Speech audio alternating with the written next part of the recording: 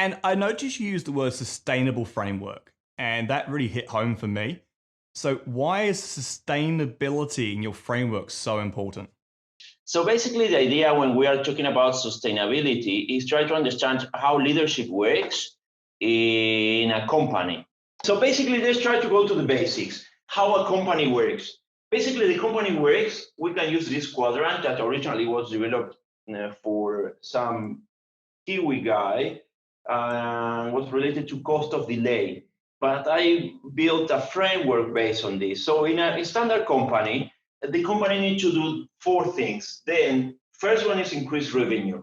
That in here we try to make as much money as we can, and there is no science behind this. The second one is about protecting revenue. If I have a customer or a group of customers, I just try to make sure they do not disappear and I look after them. We have two more options in this quadrant, which is avoid cost.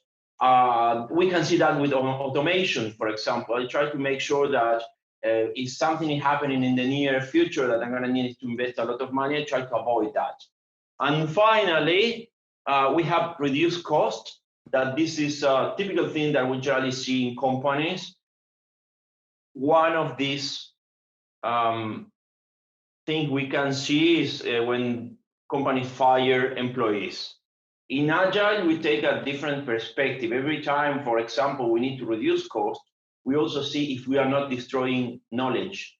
As some companies start firing people just to look after the numbers, and then they realize that they destroyed some shared knowledge, right? So what we do here is we add a different dimension, one additional dimension, which is about organizational health. And let me try to show you how it works, and we try to see a definition of what organization and organizational health is.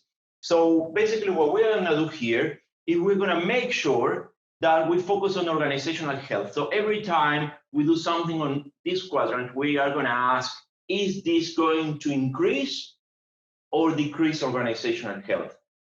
For example, if we are going to reduce cost and we need to fire, I don't know, 100 people, what's going to happen is that in general, people are going to be afraid. The rest of the company, people are going to be very afraid that they're going to be fired. And that's going to decrease innovation, and that's going to also start creating a lot of dysfunctionalities in the company. Yeah, it starts to destroy culture, right? Because people Exactly. get fearful, people don't know what's next, there's no transparency. No, I totally agree. And then something very, very important here is that when we do this, a definition. So the first thing we have to make sure is that we have a clear definition in which direction we want to go. And alignment is very important for companies. So I created a definition of what enterprise agility is, and that's my own definition. This is in the book. And the first part of the definition is quite standard. We basically talk about the capacity for the company to adapt. This is nothing new. But the important thing is the second part, which says without negatively impacting on its organizational health. And in here, I have a very, very clear definition of what organizational health. And for me, organizational health is psychologically safety, how people feel, if they can talk freely in the company, if they can just say, I don't like to do that, I don't like to go in this direction. It's about how well people can flow in the company. So it's psychological safety plus the creation of sustainable business value in perpetuity. And for me, the word in perpetuity is key, because it means that we are going to be able to do this today and tomorrow. For example, if you make people work 100 hours to meet a deadline, then that's not sustainable. And this is something very important. And it's the same way, right, Eric, when you start this momentum of change and you're getting really good results, and then one of the leaders leave and you stop changing. You know, what happens if you don't get that perpetual motion going? Well, I think when companies, and I've been working with many banks and companies around the world, and you can see it everywhere. And I think that when we are talking about sustainability, we are talking about many things. First is organizational health. that every decision you make has to be sustainable and have to improve organizational health. But we are talking about the habits, or what we call micro habits, is everything we do is incorporated. For example, me, I go to the gym every single day as a habit. And I try to make sure, for example, I leave my mobile phone at the entrance, so I really focus on training. And then I try to make sure I have a routine. So what happens in companies is that whenever we change something, we need to make sure that we change the culture, but also we change the habits, how these people work in the company and this micro habit, and people incorporate it. So that means that people are going to do it naturally. For example, if we are talking about people trying to innovate, we are talking about people challenging the culture every day, asking themselves why we're going in this direction, trying to make sure they understand what business value is. They challenge the definition of business value, and all our habits that people, they need to nurture it. They need to do it every single day, once and again. And when something is not sustainable because a leader is pushing in certain direction, you can see they changed leadership, and somehow the companies stop moving in that direction, right? Totally. And I Yep. think it's very important to have this kind of um, good definition about this kind of comprehensive definition, which includes culture, includes habit, includes leadership, includes how I make decisions in the company. And all these things have to be happening at the same time and have to be sustainable. Yeah. And I like how, and in your book as well, you have it where you say, skills can be learned in days, practices and processes could be learned in weeks, whereas culture is years. And I quite like that little diagram you have there. And it's something I've always kind of said, and I probably repeat it on the show quite often. You could learn Scrum in 3 minutes. You could implement Scrum in 3 weeks. You could see results in 3 months. But if you want a culture change that doesn't require Scrum anymore, it's 3 years. So it's a long process, isn't it? And I like about this is you're wrapping up culture with outcomes. You're not just saying, I'm sprinkling seeds. I'm just sprinkling the seeds and the culture's going to grow. You're saying, no, these are the outcomes we're looking for. Here's the organizational health metrics that we're measuring based on. So when I test this, it should impact this, right? So did you get like a case study that made you had an epiphany to do it that way? Like what led you to go in this direction?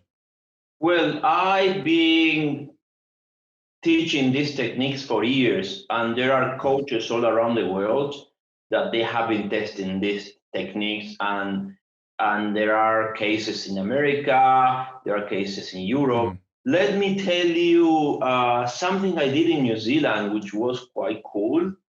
It was a few years ago, and it's regarding this little framework I showed you. And I didn't mention this in the book. I did not have enough space to put all my ideas in there. So one day in a company, big company in New Zealand, they wanted to expand the SAP department, the SAP department. And in order to do that, they didn't have enough money. They were paying 1 million New Zealand dollars to this department, and they wanted to hire more people. Unfortunately, there were no more SAP people in New Zealand. They had to bring them from Australia, and it was very, very expensive. So the CEO of this company said, okay, what I'm going to do is I'm going to fire people in other areas, and with that money, I'm going to hire more SAP people. And that's something that we can see here. If we do that, that's going to decrease organizational health. Yep, definitely. And then something that is very important, and I generally work with CEOs and people in other companies, we make sure that we take every decision. We put sometimes we can do a dynamic where you note down what's the decision or what's the feature or whatever you're going to do, where in this quadrant is going to be, and then you ask how that's going to improve organizational health. And that decision was very bad. Imagine you start firing people, and then people start feeling fear and they feel paralyzed. They don't want to go in any direction.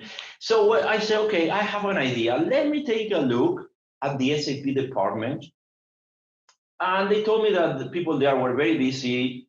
I could not interrupt them. So I did something very, very simple. I sent an email. I don't like email, but I sent an email asking them how many tasks they did and how many times unrelated they did in a day. So how much multitasking they were doing. Mm. And then we realized they were switching between 4 or 5 or 6 tasks each one, and they were doing a lot of multitasking. And we have a lot of research. Microsoft did some piece of research and other big companies. We were able to calculate approximately how much money they were losing for this high multitasking. Imagine for $1, they were investing in this SAP department, they were losing around 58 cents, more than 50%.